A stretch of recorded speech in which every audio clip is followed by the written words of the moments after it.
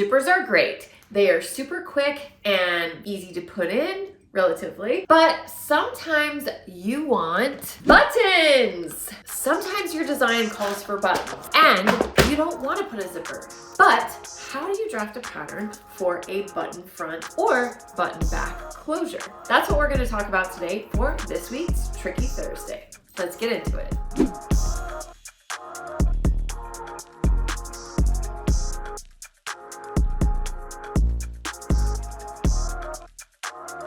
Hello and welcome back to my channel. My name is Trisha, your pattern nerd friend. And if you are new to me, welcome. And if you are coming back, thanks for coming back. Today we are going to be talking about button front closures or button closures in general. Now, there are a lot of different ways that we can go with this. And if you're interested in this sort of thing, let me know down in the comments and we can continue our little button series. But I'll do the basics because I've never talked about this before and it's something that you might want to change up on your designs. Being the pattern nerd that I am, I wanted to share this with you somewhere out there. And if you want more, you just gotta let me know. And if you do like this sort of thing, please hit that subscribe button and turn on those notifications. It really helps me to grow my channel. Let me know what you love so that I can continue doing this for you. So as the shirt that I am wearing, I have a button front closure. So a lot of button up, button down shirts will have this. A lot of vintage designs have buttons maybe going down the back. Buttons are a really nice detail and a great closure to add to your garments.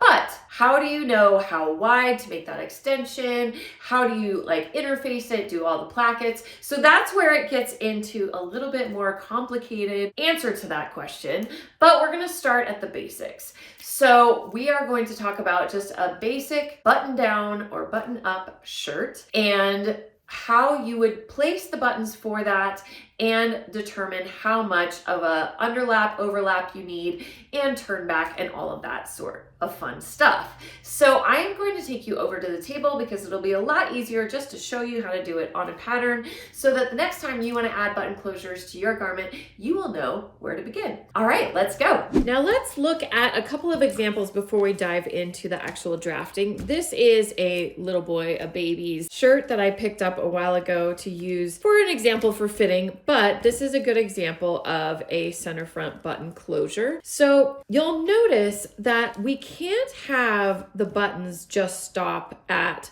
center front because if they stopped at center front, there would be no overlap so that you can have the buttonhole go over. But you don't want to have the buttons start where the extension would be because then your center would look off. So the idea of when you are drafting your buttons and buttonholes and where they go is that you want the buttons and the buttonholes to be marked at the center line. So if we assume that, which I would assume this with this little shirt, is my buttonholes are on the center line and then there's an extension beyond that center line. Same thing with the buttons. And usually when I'm marking the buttons on a pattern, I mark the buttons and the buttonhole on the same line on my shirt front. So I will show you that when we get to that part. So how do you figure out how much to extend past your center line so that your buttons are going to sit in the right position is one question.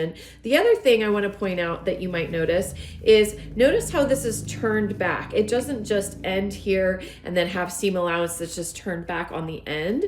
We have the seam allowance, or it's rather a facing or a placket, if you will, that folds back all the way past the button. So it's acting as an interfacing or extra support for the button and the buttonholes. And if we actually look at this, this is stitched down on this side, on the button side, but I can feel in there that there is some fabric that's turned down under and then top stitched down to give it that extra oomph.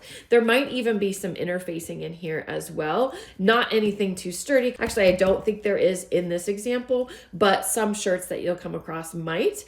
And then on the other side, the overlap side where the buttonholes are, you can open this up and I can actually see they didn't stitch it down in this case because then they didn't want to see that stitching on the outside because this would obviously go over the buttons. So you didn't see the stitching on that side, and this side is kind of covered up by the overlap, but they did back, flip back not only once, but then flip back twice again to go inside here. So it's a little bit different on this specific example. It's a little bit different left to right, but this is always a good thing. If you ever have a question about certain details about your pattern or a garment that you're wanting to make, go and visit your closet, go and check out stuff at the stores and see how things are put together. And that will really help you when you get to the pattern part of your project. So let me show you one more example. This is actually a top that I drafted. This was for a class that I drafted on how to make this pattern. So I didn't go through, because it is a half scale, more of a practice to make sure my pattern worked. I didn't go ahead and put the buttons, but it would be the same sort of thing. Only my left and right, I have stitching on the left and the right. So that is always an option. So in my case for this shirt, I made the left and right the exact same. But again, you will notice that it doesn't just stop at center front like it would if there was a zipper here. It has to have an overlap, because when I put my buttons and buttonholes in here, I need to have something to go over so that it can go over the button and close successfully. So those are great examples to kind of get your mind thinking about, what does this need to look like on my paper pattern? So let's go to paper now. Okay, I am going to use just a basic bodice for this example. This would be one of the last steps that you would do after you have created your design. If it's a princess seam, if it has a yoke, if there's extra ease, all of that would have been figured out already. We're just focusing on the buttonhole closure for now. So this is my center front line here. And like I was just showing you, we have to go beyond the center front line when we have a button closure, because you don't want the buttons just sitting right on the edge of your garment. So how do you determine how much of an extension you will need? Well, that is determined by your button. So most shirt buttons are about 1/2 inch wide, 1/2 inch in diameter. So if I look at this on my ruler, you can see it's right there, just a 1/2 inch. Sometimes you will have a 5/8 inch button. So that would be a little bit wider, and you can even go up to, say, 1 inch or even bigger than that. So you really need to have an idea of what size button you are going to want to use for your project, because the extension is determined by the size of the button. So if you are going to add a 1/2 inch button, the easiest way to figure this out is you want the button to ride and the buttonholes to ride really in the middle of your center front line. So you need to have an extension that goes beyond that. Now, the easiest way to determine is you want to have at least 1 full button width of an extension past your center line. And this would work the same way as if we were drafting this for a center back as well. So if I was going to use a 1/2 inch button, then I would make a 1/2 inch extension. If you are wanting to save a little bit of money, if this was a more inexpensive garment, you could also use the measurement 1/2 of the width of your button plus 1/4 inch is another way to determine how wide of an extension you want. Let's say you're using 1 inch buttons and you don't want a full 1 inch extension. Then you could do 1/2 of the button size, which would in that case be a 1/2 inch, plus 1/4 inch, which would be a 3/4 inch extension. So that gets to be a little bit more complicated, but there is that option. You just want to make sure that you have more than 1/2 of the button beyond your center line, so that not only is your button not riding on the edge of your garment, it's also not like just barely catching the edge of the fabric, right? So the easiest way, especially if you're using smaller buttons, is to just go the full width of your button of your extension. So if I was going to use a 1/2 inch button, I would go a 1/2 inch past my center line. Now, this is a full size button for a full size shirt, and I am working in half scale. So we're going to assume the same thing, only I'm going to use 1/4 inch for my drafting example, because that is what 1/2 of 1/2 inch would be, since I'm drafting in half scale. So you're going to determine the width of your button that you want to use. And then I've got this line. I'm choosing to use 1/4 inch. I'm going to go 1/4 inch past my center line. And then that will be my extension. So that will be the finished edge of my shirt. Now, when I was showing you those examples, how are you going to finish off this edge? This isn't just seam allowance that's then folded back and top stitch. You're not going to have that extra support behind where the button is sewn.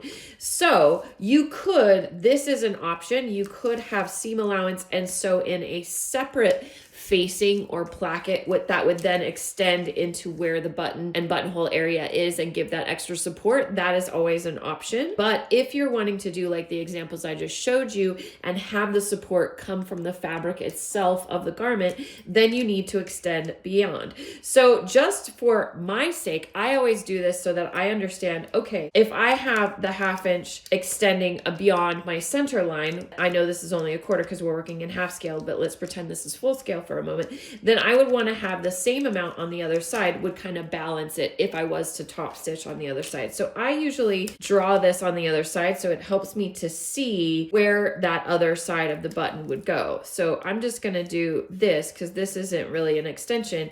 And this is why it's good to label this is my center front, so I don't lose track of where my center front line is. So again, I know this is a 1/2 inch button for a full size thing, but even that, you know, if I were to center the button on that center front line, I'm still kind of covered on either side. So getting back to that extra fabric to reinforce it, going back to this example, if on the button side, I have fabric that's folded back. So if we're looking at this, this is my finished edge right now. So that's this edge here.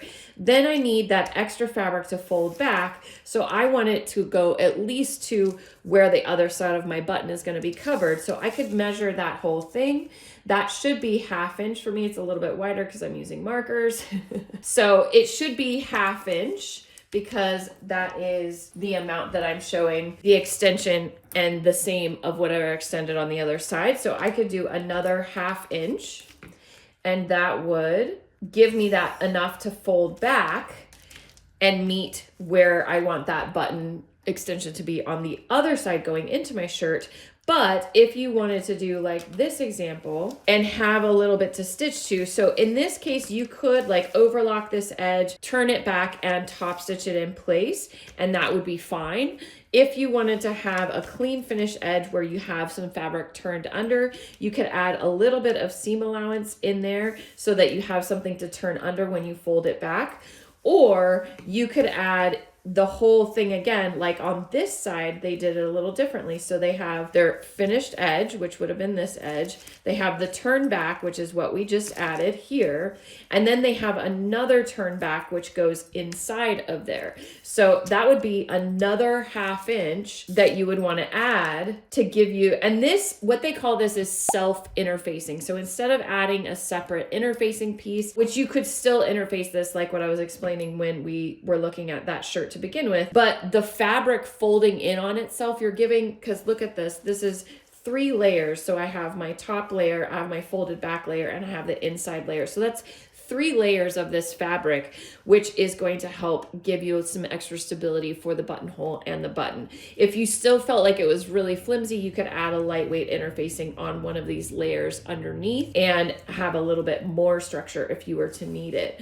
So let's go ahead and add another 1/2 inch to this, which if this was full scale, this would be 1 inch and this would be 1 inch, just to keep you in that same line. And usually, and I would just draw a straight line going back because this is all gonna be all up under here, right? And on this final turn back one, this one that's a little bit like gonna turn in on itself, I usually try to come in just a smidge, like a little bit of an 1/8 of an inch shy, because you're going to have that turn back amount, that fold, it's going to fold and fold. And if they are the exact same measurement, then it's going to get bunchy and it's not going to lay nice in here. So I take off like an 1/8 of an inch, you know, a little sliver, so that it's not going to get bulky in there when you turn it back. And let me go ahead and add seam allowance to this and show you, and cut this out, show you what this is going to look like. This is a great thing to do. I always say this to my students. When you are trying to figure out something that you're not exactly sure of, draft it on paper. It's just paper. If it doesn't turn out how you want, you can always take more on, but make in paper what you want to see in fabric. That's what I have done here, and I'm going to show you by folding this and showing you what it's going to look like when it's sewn. Now that we've got this cut out, we can really see what this is going to do. So as I mentioned, you're going to fold this and you're going to fold this. So see how I have a nice clean, and I'm lining up with where I thought that extension would be on the other side. And you could either stitch through, do a top stitch so it holds that in place, or if this was your overlap side, you could just do the buttonholes. And again, you don't have to have this extra piece on the inside. This can be serged off and you could catch it with your serging and top stitch just the same. You could do that, or you could stop here, add just seam allowance, and then sew in a separate facing. So that gets into a little bit more complicated, but this is a really easy way to add that button front closure to your projects. And just to show you, so I have the other side. Let's pretend it's the other side. I cut it the wrong way. I cut it going the same way. Let's turn it going in this way. I did the same exact thing on the other side. So this would be your right side, this would be your left side, and I can still see my center line here through the paper. So this just shows you, this is my center line, this solid line here. So when I have this together, I would be on top of the other. So now let's talk about marking your buttons. So this is our turn back, just so we have enough room, and that's how that would work for our button closure. But now how do we mark where the buttons go? So that is also determined by whether you want vertical buttons, buttonholes like I was showing you on the blue shirt example, or if you want horizontal buttonholes. If you are doing horizontal buttonholes, this type of turn back situation is not going to work because your buttonhole is going to go off of this extra reinforcement that you've created. So we're going to, for this video, focus on the vertical buttonholes like we saw on the blue shirt that we were looking at earlier. So determining where the buttons and buttonholes are going to go, I usually start by finding the middle. Like, even though my buttonhole is going to be up and down vertical, I'm still going to find the middle placement, which would be my button placement. So I usually like to start in the center. I want to make sure that I have tension across the bust line. So I usually will start with that to make sure I have a button that's there. And then I'm going to cheat, and I'm going to show you how I cheat so that hopefully you can cheat too. So this is a buttonhole extender. These things are super handy. I don't know if you noticed, but I got this out of Savers for $2 years ago, and I've used it tons. And there's actually lots of different ways that you can use this. I usually only use it for my buttonholes, but that is a cool thing about this. But this is really great because it evenly spaces it for you. Yes, you can do a bunch of math to figure out where you want your buttons and buttonholes, but if you have this, and you say maybe you want to have 5 buttons, 1, 2, 3, 4, and 5. So you're going to, expand those out evenly and making sure that one of your buttons is hitting at your center line. Now this kind of comes towards the very bottom of my shirt, which I may not want. So I may, decide to go with 4 buttons and just not have that, or you can still go with this spacing and decide not to have that button down there. So you can kind of play with this and find how you want to space your buttons. But once you've determined how you want to space your buttons, how many you want to have, you could just mark that center line, which it's not letting me do. Another great thing about this, it has this little notched out thing at the tips of these, so I can just mark this like this. I probably wouldn't put that one down there. So that is going to tell me that is where my buttons are going to go.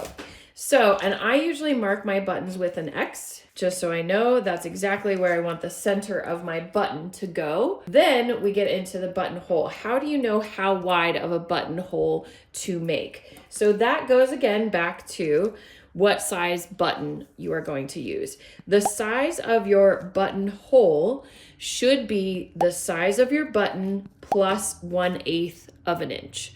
So for a 1/2 inch button, my buttonholes should measure 5/8 of an inch. If it was a 5/8 of an inch button, my buttonholes should measure 3/4 of an inch. And if it was a 1 inch buttonhole, it would measure 1 1/8 of an inch. So I hope you're catching on to what that is. Now, when we're doing vertical buttonholes like this, I would want to have, you know, if I'm going for 5/8, I would want to have half of my 5/8 going up and half of my 5/8 going down from the center of my button. That's a little tricky when we're dealing with a measurement like 5/8.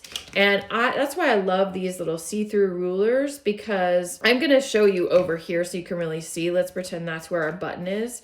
And then I'm going to do full size measurements because I think half scale for this would be a little tricky. But if my full button is going to be 5/8 of an inch, so that's 5/8 of an inch.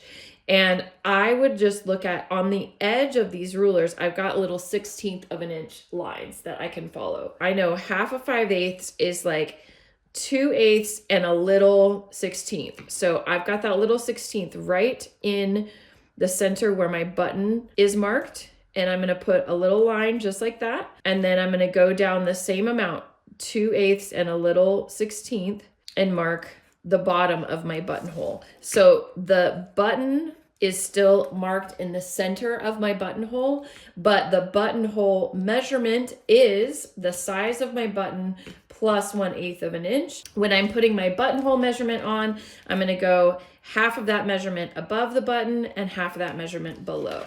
So let's see if I can even do it this small. Okay, so there's kind of where I would mark it. Like I said, this is so small and I don't have 1/4 inch buttons. They do exist, but I would probably, even if I did this in half scale, would use 1/2 inch buttons. But that gives you an idea, and hopefully drawing it out in full scale over here gives you an idea of how you would mark that. And this could still be a cut 2 of the same pattern, because this should work both. If I had it on my left and my right side, I would just mark my right side with where the buttons are going to go and my left side with where the buttonholes are going to go if I was doing a menswear shirt.